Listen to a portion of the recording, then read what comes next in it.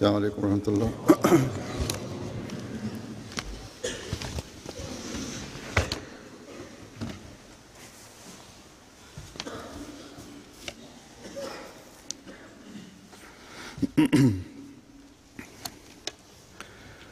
أشهد أن لا إله إلا الله وحده لا شريك له وأشهد أن محمدا عبده ورسوله. أما بعد فأعوذ بالله من الشيطان الرجيم. بسم الله الرحمن الرحيم. الحمد لله رب العالمين الرحمن الرحيم مالك يوم الدين إياك نعبد وإياك نستعين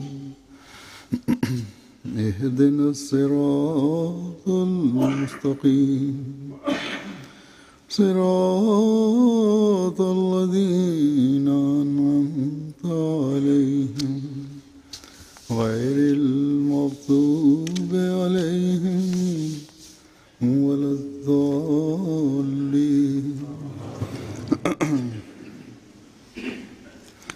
والسماء ذات البروج واليوم الموعود وشاهد ومشهود. قتل أصحاب الأخدود النار ذات الوقود النار ذات الوقود إذ هم عليها قود وهم على ما يفعلون بالمؤمنين شهود. وما نقموا منهم إلا أن يؤمنوا بالله العزيز الحميد الذي له ملك السماوات والأرض والله على كل شيء شهيد. إن الذين فتنوا المؤمنين والمؤمنات ثم لم يتوبوا فلهم عذاب جهنم ولهم عذاب الحريق. إن الذين آمنوا وعملوا الصالحات لهم جنات تجري من تحتها الأنهار ذلك الفوز الكبير.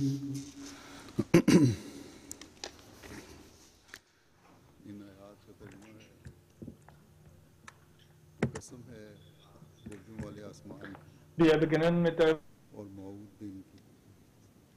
der Freitagsansprache. Geschworen sei auf dem Himmel mit den Zeichen und auf denjenigen, der sein Zeugnis ablegt, werden vernichtet werden, die Höhlen haben, all diejenigen, die um ein Feuer sich versammelt haben, was sie vernichtet, und sie versuchen, dieses Feuer auf die Rechtgeleiteten zu schmeißen, aber sie wissen darüber nicht, dass Allah die vollkommene Macht hat und er die Majestät Himmel und Erde hat. Gewiss sind die rechtgeleiteten Männer und die rechtgeleiteten Frauen, die von den anderen Männern und Frauen verführt wurden. Die Verführer, für sie ist nur das des Feuers vorherbestimmt. Und gewiss die, die Gutes getan haben und rechtschaffen gehandelt haben, für sie sind Gärten, in denen Flüsse fließen, und das ist die Dankbarkeit Allahs, nur durch die Dankbarkeit Allah gegenüber zu erreichen. Also sagt, dass ein Vers aus der Surah Buruj, oder das sind Verse aus der Surah Buruj, die für die heutige Zeit, insbesondere für die Ankunft des zweiten Messias, gültig sind und wichtig sind.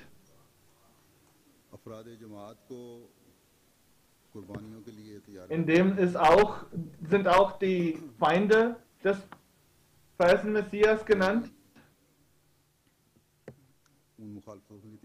und auch die Opfer bereit derjenigen, die ihm folgen. Und es ist mitgeteilt worden, dass man sich den Feinden gegenüberstellen muss, dass so viele Schwierigkeiten den Menschen bereiten. Aber Allah wird all das nicht tatenlos zusehen und nicht still sitzen.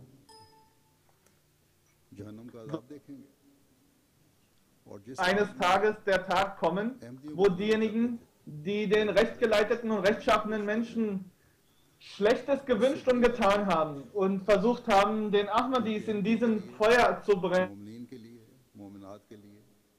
in einem größeren Feuer selbst brennen werden, wohingegen für die Mu'minin, in dem Sinne auch für die Ahmadis, es das Paradies gibt, es Erfolg gibt.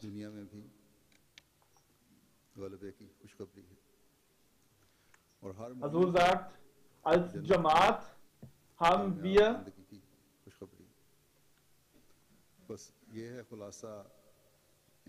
die frohe Botschaft erhalten, dass wir als Gemeinschaft zum Schluss erfolgreich sein werden. Wenn wir in Detail dessen gehen und was heute die Situation der Jamaat ist, dort, wo wir die Wahrhaftigkeit und Wahrheit über die Jamaat erfahren,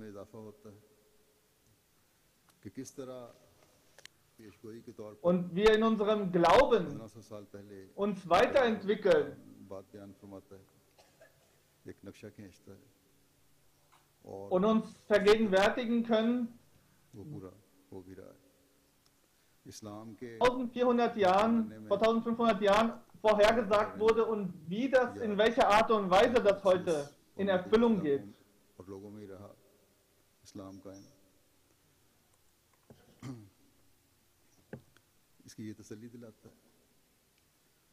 Sei der Islam nur in einem kleinen Bereich oder in einem kleinen Land, dass der Islam durchgehend Blüten tragen wird, dass er grüne Zweige haben bis zum Schluss, und dass dann ein Verheißener kommt, der die Botschaft und letztlich auch die Arbeit des Propheten Muhammad sallallahu alaihi wasallam weiterbringen wird. Und dass er seine Botschaft auf der ganzen Welt unter allen Völkern verbreiten wird und den Glanz der Majestät des Erscheinens des heiligen Propheten Muhammad sallallahu alaihi wasallam für die ganze Welt zeigen wird. In jedem Land der Erde würde er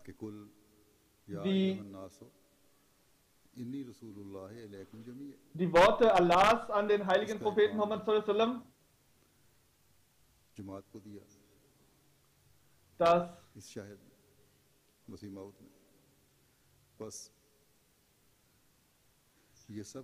dass der verheißene Messias die Menschen versammelt für den Weg Allahs, so wie es im Koran heißt.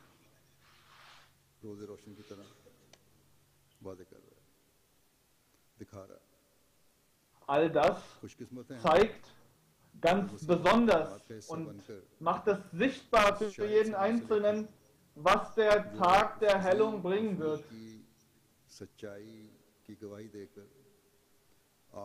Können uns zu diesen Glückseligen zählen, dass wir die Wahrhaftigkeit dieses Menschen bezeugen können und die Mission des heiligen Propheten Muhammad sallallahu alaihi wasallam voranbringen können. Wir heute die Wahrhaftigkeit des heiligen Propheten Muhammad sallallahu alaihi wasallam heute mit einem Glanz und einer majestätischen Erscheinung in der ganzen Welt verbreiten können und Allah uns entsprechend seiner Versprechen beisteht und dass wir heute zu denjenigen zählen, die den Koran als erhabenes göttliches Buch der Welt präsentieren können.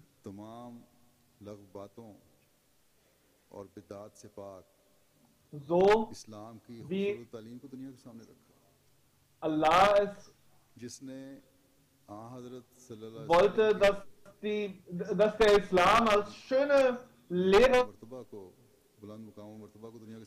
an die ganze Welt verbreitet wird. Und derselbe Gott, der die großartige Persönlichkeit des heiligen Propheten Muhammad sallallahu alaihi wasallam der Welt geschickt hat. Vor der Erscheinung des verheißenen Messias haben die Menschen, die gesehen haben und die einen Schmerz für den Islam in ihrem Herzen empfunden haben. Sie waren betrübt und waren erwartungsvoll für eine göttliche Leitung. Es war nur der Name des Islam geblieben und nichts anderes mehr. Und dieses Gefühl wurde immer weiter getragen. Verschiedene Kreise. Und dann erschien der verheißene Messias genau zur entsprechenden Zeit, wie es notwendig gewesen ist.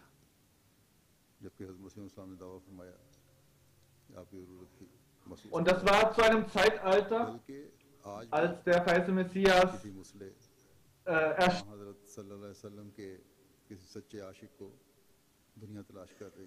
ist und behauptet hat, dass er der verheißene Messias ist. Auch heute noch warten die Menschen auf einen wahren Liebhaber des heiligen Propheten Muhammad sallallahu alaihi wasallam, der ihn auf eine vollkommene Art und Weise erkennt. Und alle warten sehnlichst darauf und die Situation der Muslime besser. Also sagt, ich habe dieses Jahr auf der Jalsa die Details dazu genannt, auch die Deutung dieser Worte zusätzlich noch genannt und auch mit externen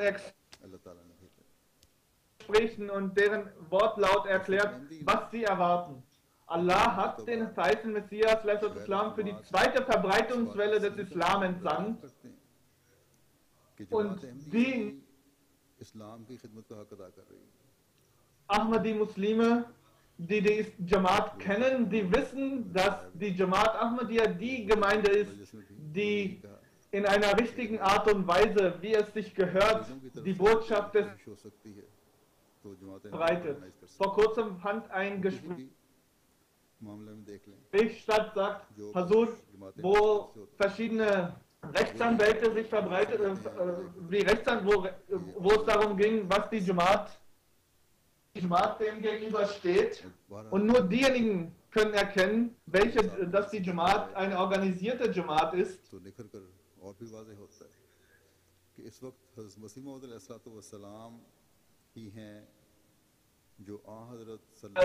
Gerechterweise uns das anschauen, dann erkennen wir ganz besonders, dass heute der verheißene Messias derjenige ist, der die Wahrhaftigkeit des heiligen Propheten Muhammad sallallahu alaihi wasallam erklärt. Finden wir nirgends woanders auch nur ein Anzeichen.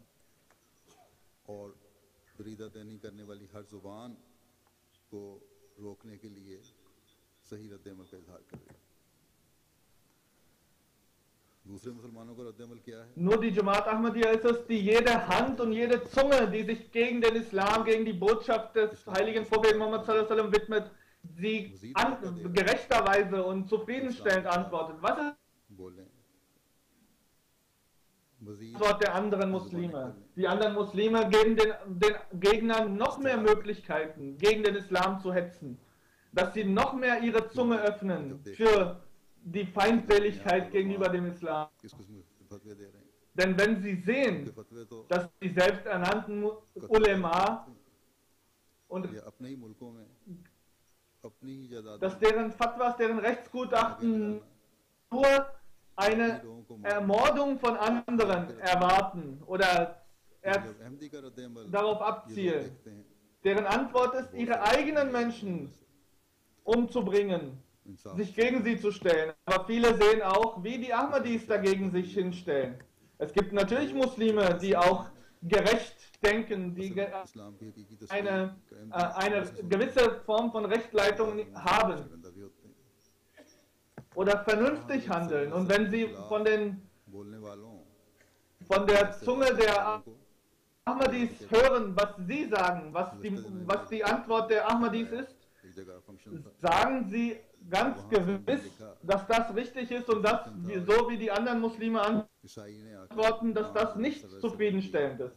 तारीफ में Es gab vor kurzem eine Veranstaltung उस वक्त und उसने कहा da kam eine Frau, sie hat für den कि अल्लाह ताला ने heiligen किस तरह इन लोगों Propheten Muhammad sallallahu alaihi wasallam gesprochen. लोगों में भी Sie ऐसा sagte, जो आ हजरत सल्लल्लाहु अलैहि वसल्लम के in meinen Augen sind Tränen, चाह रहे हैं wenn ich sehe, हर जगह एक जैसे लोग नहीं होते अच्छे भी हैं और wie sie ihre Botschaft बस weltweit इसको हमने verbreiten.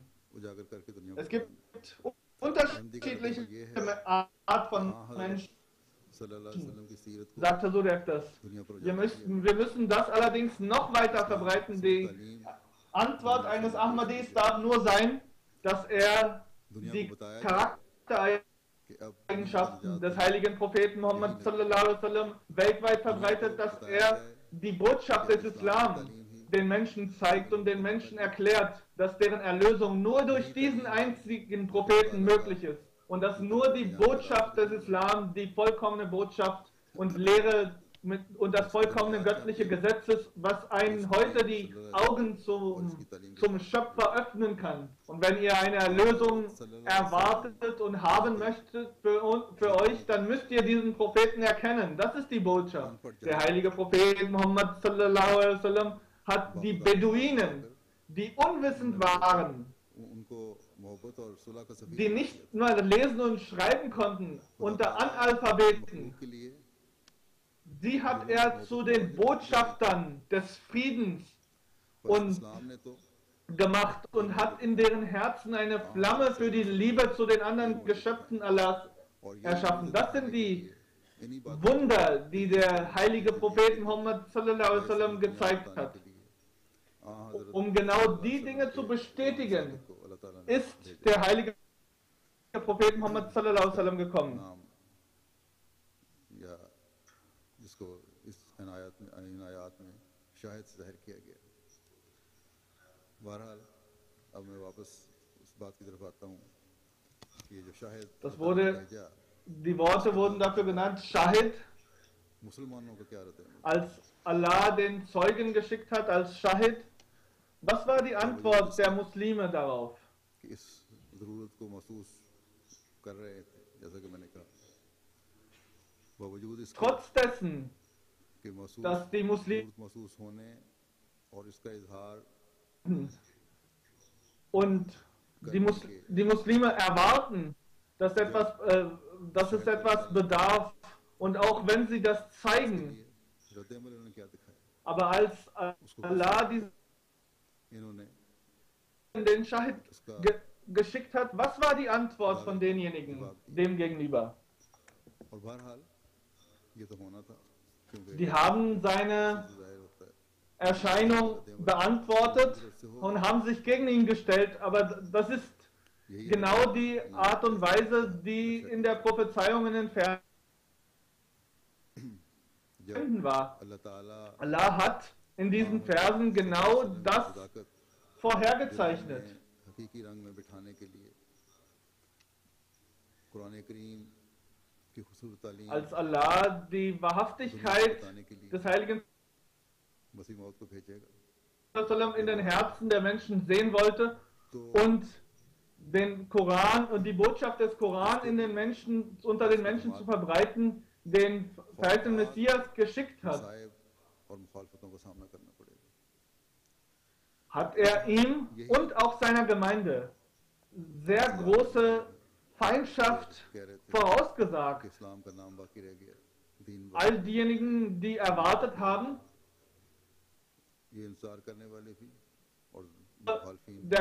der Name des Glaubens übrig geblieben, und all diejenigen, die gewartet haben, und die Feinde, die zufrieden waren und gedacht haben, der Islam ist jetzt im Untergang.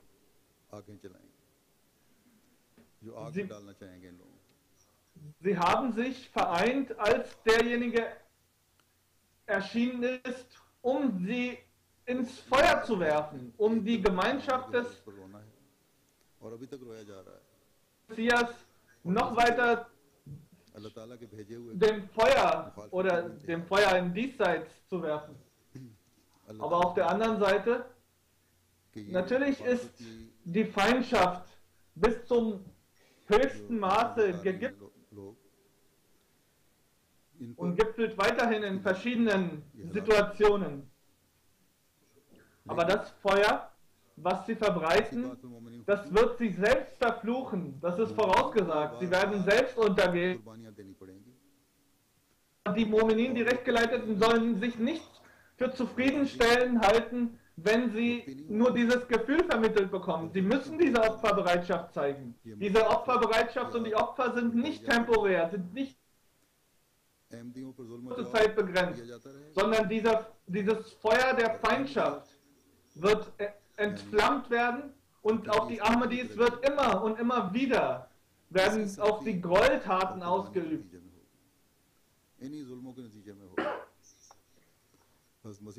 Und die Entwicklung und der Erfolg der Jamaat wird nur möglich sein durch solche einschlagenden Ereignisse. Der verheißene Messias hat bereits darauf hingewiesen, wenn die Ahmadis ihr Leben verlieren müssen, wenn mit denen Boykott ausgeübt wird. Derzeit ist es in Pakistan sehr schwierig geworden, wenn die Ahmadi-Kinder in den Basaren von der Öffentlichkeit, von den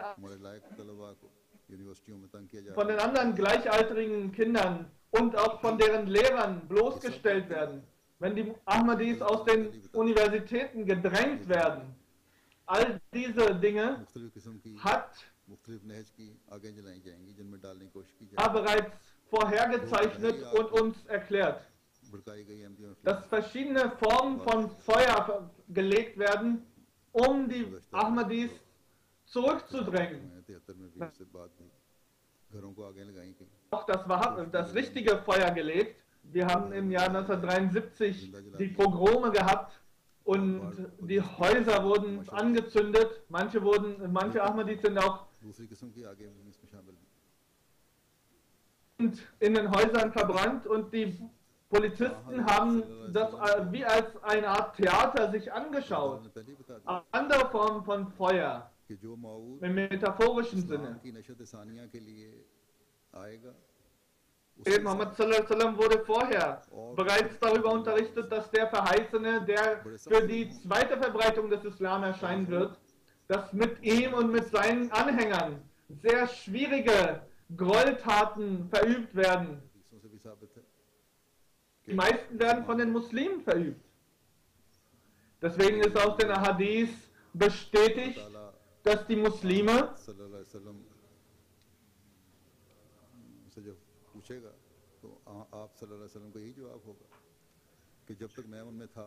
dass wenn Allah die Muslime danach fragen wird und die Antwort von Hazrat Isa von Jesus, dass als ich nicht mehr unter ihnen war, haben sich die Muslime verändert und sie haben sich zum Schlechten verändert, entsprechend des Versprechens Allahs. hat entsprechend des Versprechens, das Allah dem heiligen Propheten Muhammad sallallahu alaihi wasallam gegeben hat, haben die Muslime gegen die Anhänger des verheißenen Messias, sind sie sehr, sehr stark gegen sie vorgegangen und haben versucht, sie einzudämmen. Aber es wurde auch erklärt, dass diejenigen, die auf Situationen kommt, dass sie das über sich ergehen lassen und Geduld zeigen. Über sie werden Stürme und Erdbeben kommen. Und die Völker werden sehr schlecht mit ihnen umgehen. Und die Menschen, anderen Menschen werden sie versuchen immer bloßzustellen, aber sie werden zum Schluss erfolgreich sein. Der verheißene Messias hat gesagt, ich soll meine Gemeinde darüber unterrichten, dass diejenigen, die geglaubt haben, eine Form des Glaubens, in dem nicht das Weltliche ist, ein Glauben, was nicht durch Schwäche im Herzen gekennzeichnet ist, sondern ein Glauben, was nicht von Gehorsamkeit an Gehorsamkeit mangelt. All die diese Art und Weise glauben, die werden zum Schluss Erfolg haben, denn deren Glaube ist wahrhaftig. Im Buch Fateh Islam, der Sieg des Islam, darin erklärt der verheißene Messias, dass über den Islam die Zeit kommen wird, eine Zeit des Glanz sein wird.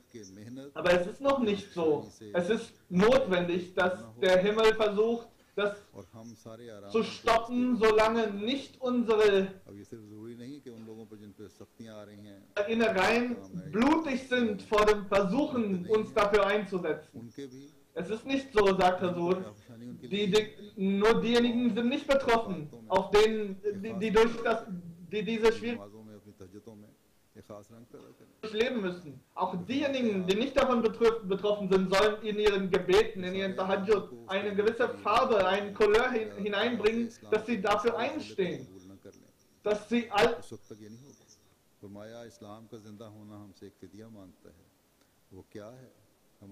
ihre Ruhe dafür aufopfern. Solange sie das nicht tun, wird der Islam nicht wiederbelebt sein. Das Leben des Islam erfährt eine Form von Steuer, eine Gegenleistung. Und solange wir diese nicht erbringen, wird das nicht kommen. Der letzte Sieg ist unser, sagt der verheißene Messias. Er schreibt das in dem Buch. Und der Sieg des Islam ist.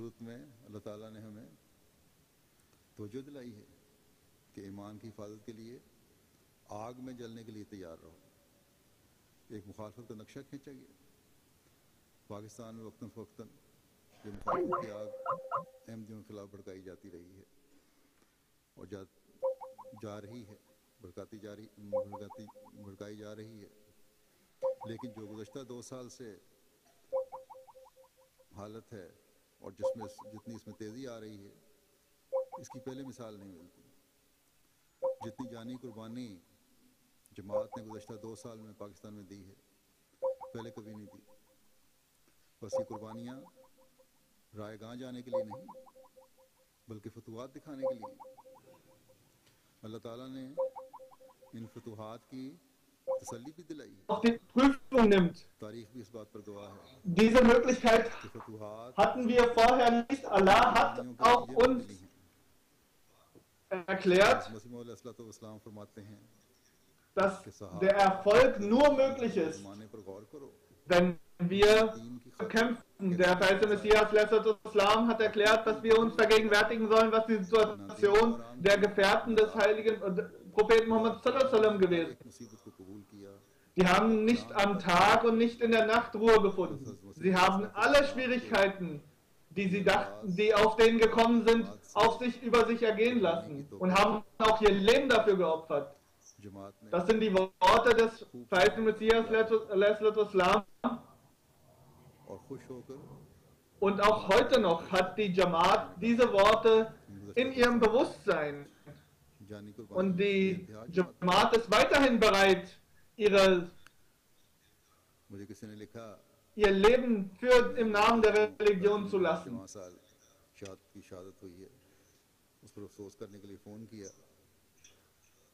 Also sagt, ich wurde angeschrieben, als ich im Telefongespräch war mit den Hinterbliebenen des Shahid, des Märtyrers aus Karachi. Das war entweder die Mutter oder die Schwester. Und sie haben gesagt, wir sind glücklich, dass auch unsere Familie teilhaben konnte an diesen Schuhada, an den Märtyrern, und dass wir davon diese Segnungen bekommen können. Dieses Gefühl der Opferbereitschaft wird überall unter den Ahmadis sichtbar.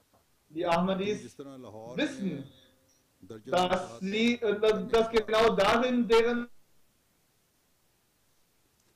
liegt. Oh, ihr Feinde der Ahmadiyyat, nachdem ihr Dutzende Märtyrer in Lahore dagelassen habt, habt ihr nicht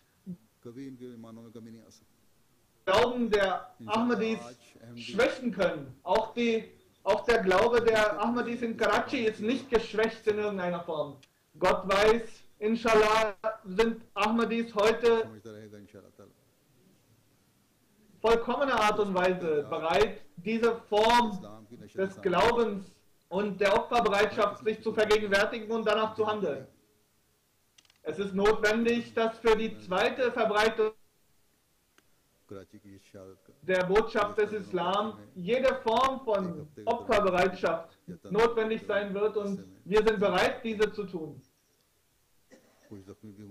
Innerhalb von wenigen Tagen gab es in Karachi verschiedene Shuhada, 3 Shahadatin, 3 Menschen wurden ermordet aufgrund ihres Glaubens und sind im Märtyrertod gestorben. Aber so wie ich gerade erklärt habe, haben die Angehörigen der Verstorbenen, der Märtyrer, ihren Glauben nicht geschwächt bekommen dadurch. Natürlich versucht der Feind, dieses Feuer zu stiften, zu legen, dass sie eine Situation aufbauen, die es den Gläubigen erschwert, ihren führen. Und wie sie den Ahmadis mehr und mehr Schaden zufügen. Sie sitzen da und versuchen genau das sich auszudenken.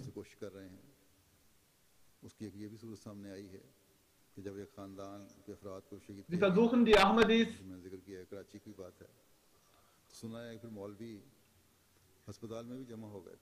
in der Situation, wo in Karachi haben sich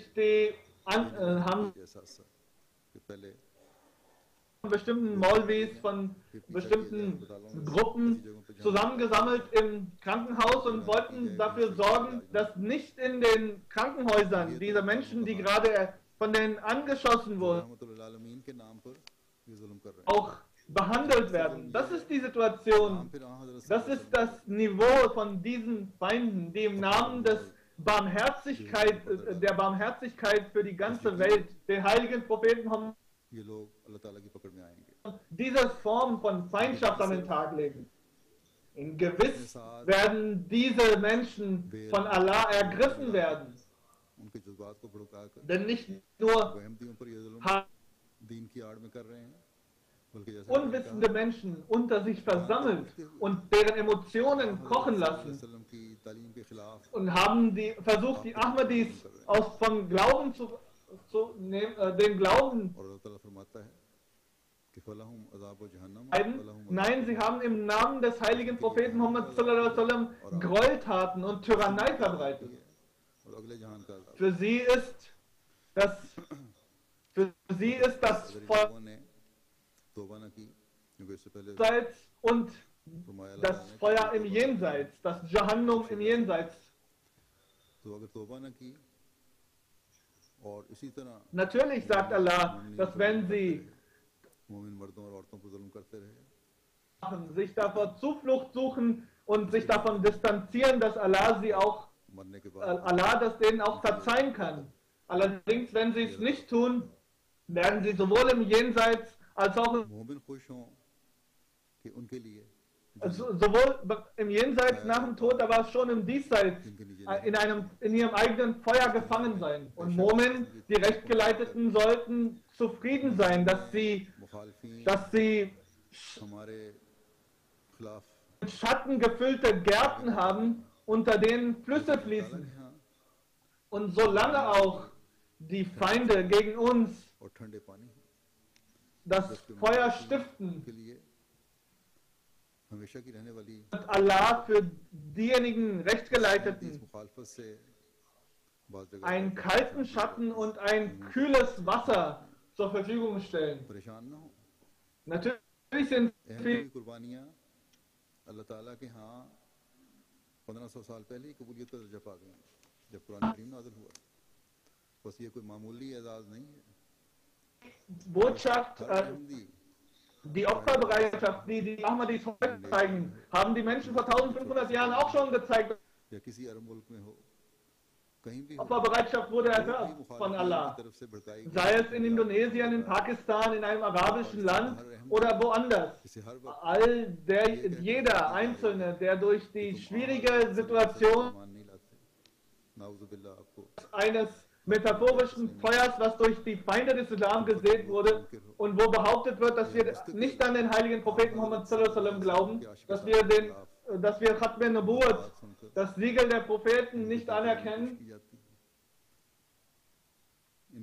dass wir, oder wenn versucht wird, gegen den verheißenen Messias und gegen seine Anhänger zu hetzen, deren Opferbereitschaft, wenn sie das hören und das über sich ergehen lassen, und ihre Opferbereitschaft, sie wird Früchte tragen. Ein Pamphlet wurde vor wenigen Tagen herausgegeben, wo auch das Bild des enthalten ist. Und dort, wo ein Demonstrationszug sich sammeln sollte, da wurde das allen verteilt. Und Nauzubillah wurde die unter den Füßen der Demonstrationsteilnehmer verteilt und so haben sie versucht, Rache zu üben. Aber die Art und Weise der Schmähung ist für sie bestimmt. Die Strafe des Feuers ist für sie bestimmt. In Karachi gab es die 3 Märtyrer-Tote. Es sind viele Feinde auch in Karachi angesiedelt. Hazur sagt, ich werde das Totengebet dieser Shuhada hier live und möge Allah deren Niveau erhöhen im Jenseits. Jeder einzelne Tropfen Blut dieser Märtyrer möge Allah es ermöglichen, dass in Hunderttausend und Millionenfach die Lehre des verheißenen Messias und des heiligen Propheten Muhammad sallallahu alaihi wasallam segnet damit und wir dafür ein umso größere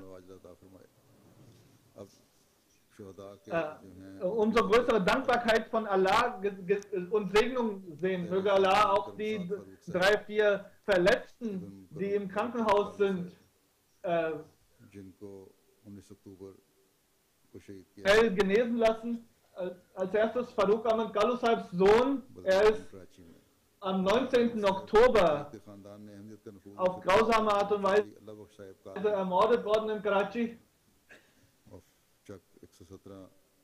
Sein Urgroßvater Allah Bakhsh Sahib Kalu hat von Chak 117 von Shekhupura hat an den verheißenen Messias geglaubt gehabt. Er war der Gefährte er ist zu Fuß gegangen und hat dort Bayat gemacht. Er ist später nach Laya in eine andere Stadt gegangen und hat sich dann für Arbeit, sein Vater hat sich dann in Karachi niedergelegt,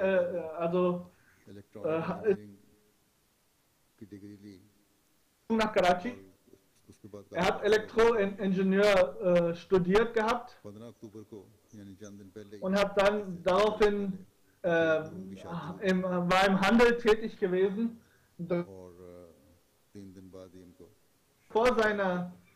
vor dem Shahid-Datum, wo er ermordet wurde, hat er gerade geheiratet gehabt und 3 Tage nach der Hochzeit ist er bereits gestorben. Die Situation der Ermordung war, dass am 19. Oktober sein Vater, der Sadr Halqa Waldiya Town, nach dem Namaz Jumma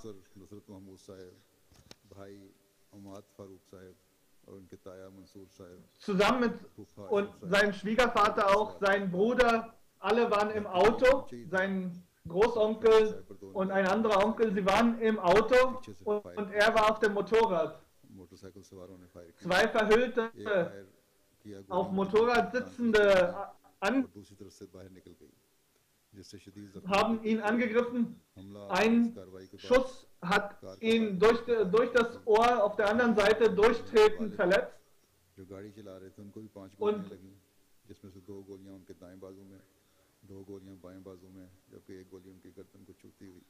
daraufhin sind die Verwandten ausgestiegen und haben ihn versucht zu schützen. Und auch der Vater wurde mit 5 Schüssen angeschossen. Sein jüngerer Bruder hat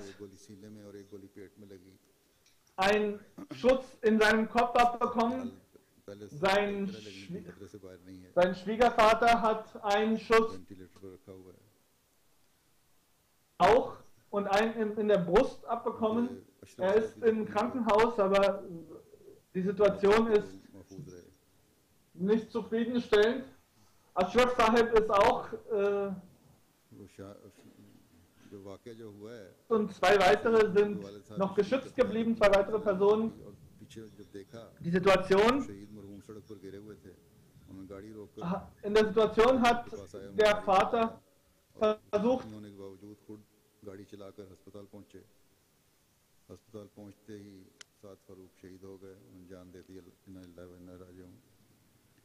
शहीद मरहूम मूसी थे और रबा में उनका जनाजा अदा किया गया 21 अक्टूबर को। शहीद मरहूम का अपने ख़ानदान से निहायत मोहब्बत का ताल्लुक़ था। उनकी वालदा बताती हैं कि रात को सोने से पहले हमारे कमरे में आते, मेरे और अपने वालिद के पाँव दबाते, चाय पिलाते और AC का टेम्परेचर सेट करके जाने की इजाज़त तलब करते और कहती हैं हमारी इताअत के Kalu Saab ist sehr liebevoll mit seiner Familie umgegangen. Er hat die Klimaanlage immer für die Familie angemacht, hat immer in allen Läden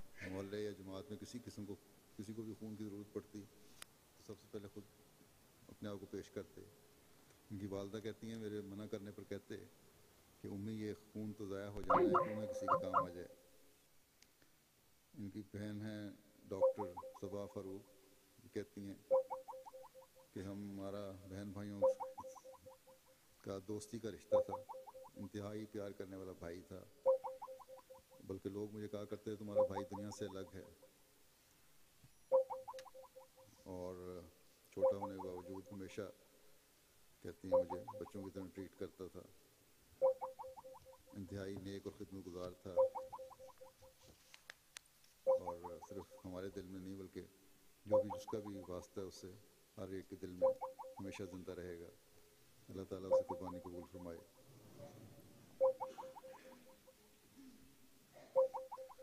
उनकी बेवा भी कहती हैं कि निकाह के बाद फ़ोन पे जब उनकी बात होती थी, अमेरिका रहती थी वो, तो मुझे शहादत ये कहा करते थे अक्सर कि मुझे शहादत नसीब हो।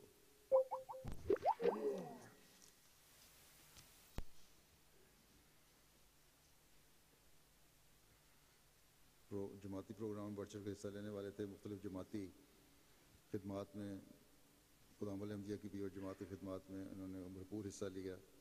कायद खुदाम अहमदिया कराची कहते हैं कि शहीद साद बहुत ही खूबियों के मालिक थे। सबसे बढ़कर जो मैंने महसूस किया वो उनकी आजिज़ी थी।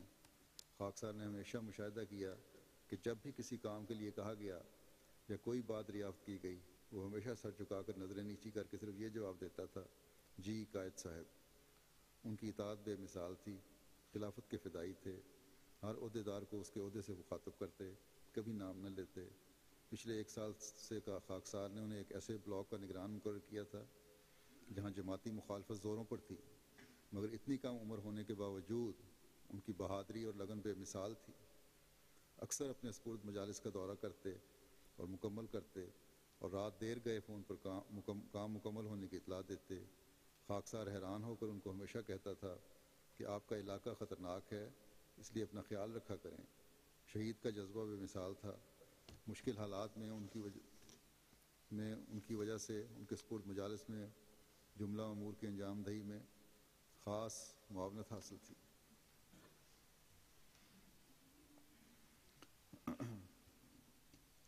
ان کے والد صاحب بھی زخمی تھے بڑے، تو ان سے ان کی شہادت چھپانے کی کوشش کی گئی، تو انہوں نے ہسپتال میں تھے انہوں نے کہا کہ مجھے پتہ ہے کہ ساتھ شہید ہو چکا ہے، مجھے اس کی شہادت کا کوئی غم نہیں ہے، بس مجھے میرے شہید بیٹے کا چہرہ دکھا دو۔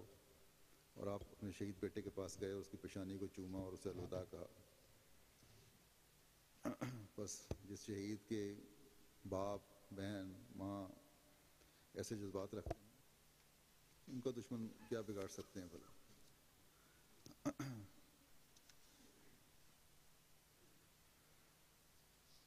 شہید کے سسر جو ہیں وہ بھی زخمی ہوئے ہیں، جو کافی کرٹیکل حالت ہے ان کی۔ یہ امریکہ سے اپنی بیٹی کی شادی کے لیے وہاں گئے تھے۔ اللہ تعالیٰ ان کو شفا عطا فرمائے۔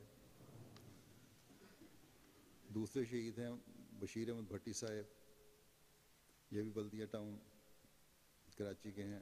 ان کو 23 اکتوبر کو ان کی شہادت ہوئی ہے۔ انا للہ و انا الیہ راجعون۔ ان کے خاندان میں احمدیت کا نفوذ آپ کے دادا محترم میاں محمد اکبر صاحب کی بیعت کے ذریعے سے ہوا۔ آپ کے گاؤں سے ایک وفد قادیان گیا، اس نے حضرت مسیح موعود کے ہاتھ پر بیعت کی۔ واپسی پر ان کے ذریعے گاؤں کے کئی لوگوں نے بیعت کی، جن میں سے ایک آپ کے دادا تھے۔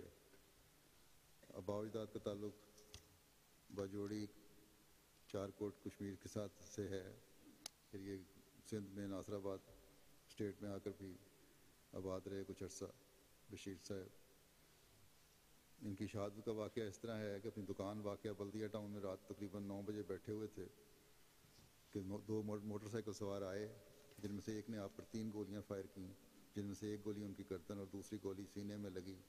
ان کو فوری طور پر ہسپتال لے جایا گیا، مگر آپ ہسپتال جاتے ہوئے راستے میں شہید ہو گئے۔ انا للہ و انا الیہ راجعون۔ آپ کی عمر تقریباً 67 سال تھی۔ کشمیر میں ان کی پیدائش ہوئی۔ ان پڑھ تھے، ناخواندہ تھے، محنت مزدوری کیا کرتے تھے۔ 1984 میں کراچی شفٹ ہو گئے، پھر فیکٹریوں میں کام کرتے رہے، اور ساتھ انہوں نے دکان کھولی ہوئی تھی اپنے گھر کے، چھوٹی سی پرچون کی دکان تھی۔ اولاد کی طبیعت بڑی آسن رنگ میں کی۔ ان کا ایک پوتا عزیزم عمران ناصر پچھلے سال جامعہ احمدیہ میں داخل کے لیے گیا، تو جاتے ہوئے آپ نے اسے دین کی خدمت کی نصائح کیں۔ نظام جماعت سے مکمل تعاون کرتے تھے۔ خلافت کی محبت میں خدا تعالیٰ نے ان کے دل کو گداز کیا ہوا تھا۔ ان کے اہلیہ کے علاوہ 2 بیٹے اور 3 بیٹیاں ہیں۔ اللہ تعالیٰ ان سب کا حافظ و ناصر ہو۔ تیسرا شہادت ہے مکرم راجہ ڈاکٹر راجہ عبدالحمید خان صاحب ابن مکرم راجہ عبدالعزیز صاحب۔ 1994 میں محترم سید محمد رضا بسمل صاحب، جو کہ ضلع کراچی کے معروف داعی اللہ ہیں اور صاحب علم بزرگ ہیں، ان کا رابطہ ڈاکٹر راجہ عبدالحمید خان صاحب شہید کے والد مکرم ڈاکٹر عبدالعزیز خان صاحب سے ہوا۔ سوال و جواب کی کئی محفلیں ہوئیں، جس کے بعد سب سے پہلے ڈاکٹر راجہ عبدالحمید خان صاحب شہید کو 1994 میں ہی بیعت کر کے جماعت احمدیہ میں مبائن میں شامل ہونے کی توفیق حاصل ہوئی۔ اس کے تھوڑے عرصے بعد ہی آپ کے والد صاحب اور والدہ صاحبہ نے بیعت کر لی۔ شہید مرحوم کے آباء و اجداد کا تعلق افغانستان کے قبیلے یوسف زئی سے ہے۔ شہید مرحوم کے دادا مکرم عبدالحمید خان صاحب، جن کے نام پر آپ کا نام رکھا گیا، حیدرآباد دکن کے نواب کے چیف سیکرٹری تھے۔ شہید مرحوم 1972 میں کراچی میں پیدا ہوئے اور آپ نے بلدیہ ٹاؤن سے انٹر تک تعلیم حاصل کی، پھر نیوی سے انٹرنشپ کر کے نیوی میں بطور سویلین فورمین بھرتی ہو گئے۔ ڈاکٹر ان کو اس لیے کہتے تھے کہ اپنے والد صاحب کے ساتھ کلینک میں بیٹھا کرتے تھے، وہیں سے تھوڑی بہت پریکٹس کر لیتے تھے۔ नेवी की ड्यूटी से वापस आकर अपने क्लिनिक बैठते थे, अपने वालिद के क्लिनिक में साथ उनके 8:45 पर 2 मोटरसाइकिल 23 अक्टूबर को रात को आए और मोटरसाइकिल पर सवारी रहा एक शख्स, जबकि दूसरा क्लिनिक में दाखिल हुआ और उसने पिस्तौल से आप पर 3 फायर किए। एक गोली आपके बाएं गाल पर लगी और दाएं जानब गाल के ऊपर से ही हिस्से से बाहर निकल गई, जबकि दूसरी गोली ठोड़ी पर नीचे की जानब लगी। एक गोली बाएं कंधे पर भी लगी जो कमर से बाहर निकल गई। इन 3 गोलियों के लगने से आप मौके पर शहीद हो गए। इन्ना लिल्लाहि व इन्ना इलैहि राजिऊन। ये भी जमाती खिदमात वो के 94 की बैत थी। बतौर सेक्रेटरी तरबियत नौमुबाइन हल्का बल्दिया टाउन में खिदमत अंजाम दे रहे थे। दावत इल्लाह का शोबा के आप निगरान थे। नाज़िम तरबियत नौमुबाइन भी खिदमत की तौफीक पा रहे थे। बड़े हमदर्द बाअखलाक मिजाज के हामिल थे। चेहरे पर हमेशा एक हल्की सी मुस्कुराहट रहती। बड़ी धीमी आवाज़ में बात किया करते थे। आपकी अहलिया बताती हैं कि आप एक इंतहाई ख्याल रखने वाले और मोहब्बत करने वाले शौहर और शफीक बाप थे। दीन की खिदमत और इताअत खिलाफत से मोहब्बत आपकी खूबियों में से नुमायाँ खूबियाँ थीं। आपकी अहलिया बताती हैं कि बल्दिया टाउन में होने वाली शहादतों की वजह से इलाके में Also erklärt inzwischen über den dritten Shahid, कुछ अहमदी घराने हालात की वजह से Shahid Maroom, der verstorbene Shahid, erklärt, dass er इसके साथ ही आप पर दिक्कत आ रही हो गई। aufgrund von Schwierigkeiten vernommen hatte, dass einige Menschen aus diesem Gebiet ausziehen. Aber er hatte den Wunsch gehabt, dass er den Märtyrertod erleidet. Seine Frau sagte allerdings, auch ich habe den Wunsch, so wie sie.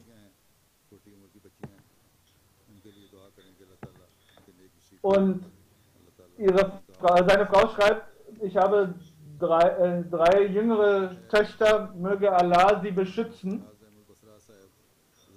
Der vierte Verstorbene ist Riazam Basra Sahib, Sohn von Ibn Munir Ahmad Basra. Er ist am 18. Oktober ermordet worden. Sein Großvater, Ghulam Muhtar Basra, war der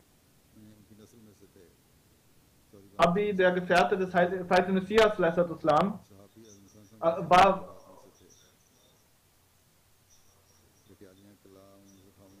er war der Sohn eines Gefährten, sein Großvater. Er ist in Basrur geboren.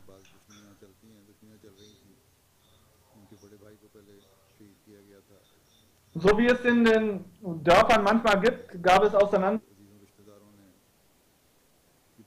Und sein älterer Bruder war bereits einst ermordet worden. Und seine Verwandten waren auch involviert. Aber er war nicht daran beteiligt. Und die Situation aufgrund der Jamaat dass er Ahmadi war, waren viele gegen ihn gewesen und haben sich gegen ihn gestellt gehabt. Es sind viele gekommen, die feindselig ihm gesinnten Menschen aufgerührt haben, dass sie doch gegen ihn vorgehen. Und am 18. Oktober, das war ein Donnerstag, Isha-Gebet, saß er noch bei denjenigen Khuddam, die nach dem Isha Duty haben und für Sicherheit sorgen. Als er unterwegs war nach Hause, haben Männer, die nicht bekannt sind, ihn ergriffen und ihn erschossen. Und er war Nazim Amumi gewesen und jetzt war er Sekretär Amure Amma in Katialia in einem in Punjab. Er war für die Jamaat sehr aufopferungsbereit und hatte ein Gefühl für die Jamaat, stets Engagement zu zeigen. Möge Niveau erhöhen und möge Allah seinen Kindern sehr viel Geduld ermöglichen. Ein, zwei Verstorbenen gibt es noch. Das waren die Shuhada, die 4. Und die Verstorbenen, auch für sie wird heute das Totengebet verrichtet. Erstmal aus Saudi-Arabien, Abdurrahman Jibali Sahib, er war Mumbai am 9. Oktober, als er 47 Jahren gestorben. Im Jahr 2010 war er in Jalsa Salana, England gewesen und er war ein sehr vernünftiger, nachdenklicher. Er hat bestätigt, dass die Botschaft des verheißenen Messias immer weiter in seinem Land durchdringt und nur die Ahmadi, die Botschaft, es ist seine Landsleute vor all dem Übel bewahren kann, was sie sich. Sein Glaube war sehr fest gewesen. Er hat immer diejenigen, die bei ihm waren, mit den Tabligh gemacht. Er erklärte, sie wissen alles über Ahmadiyyat, das habe ich bereits denen informiert. Sie sind, wenn sie nicht in die Ahmadiyyat dazu stoßen, dann trauen sie sich einfach nicht. Ein Nomobai aus Saudi-Arabien erklärt über ihn, dass mein Bruder Abdurrahman sehr gesund gewesen ist, plötzlich verstorben, und sie bezeugen, dass er stets in Zikr Ilahi und Durud Sharif verbunden war. Die weltlichen Dinge waren für ihn nichtig. Er hat Sadaqah gegeben und nachdem er hatte, hat er sich vollständig von den weltlichen Dingen getrennt gehabt. Und das zweite Janaza ist von Izzat Abu Sami Sahib aus Misr, aus Ägypten. Er ist am 11. verstorben. Er war der Vater von Khalid Izzat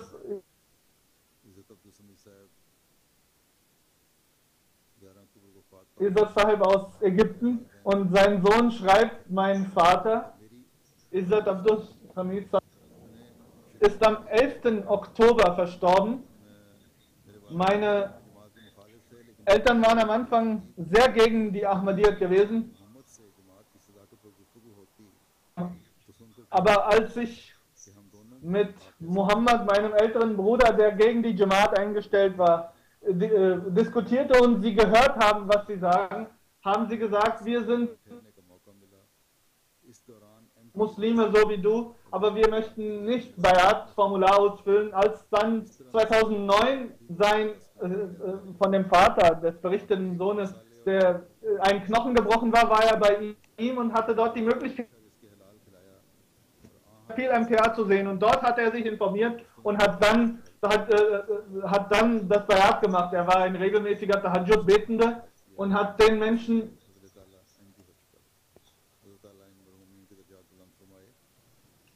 er hat im Jahr 1998 Hajj gemacht. Zu dem Zeitpunkt war sein Sohn, der Berichtende hier, bereits Ahmadi gewesen, aber sein Vater noch nicht.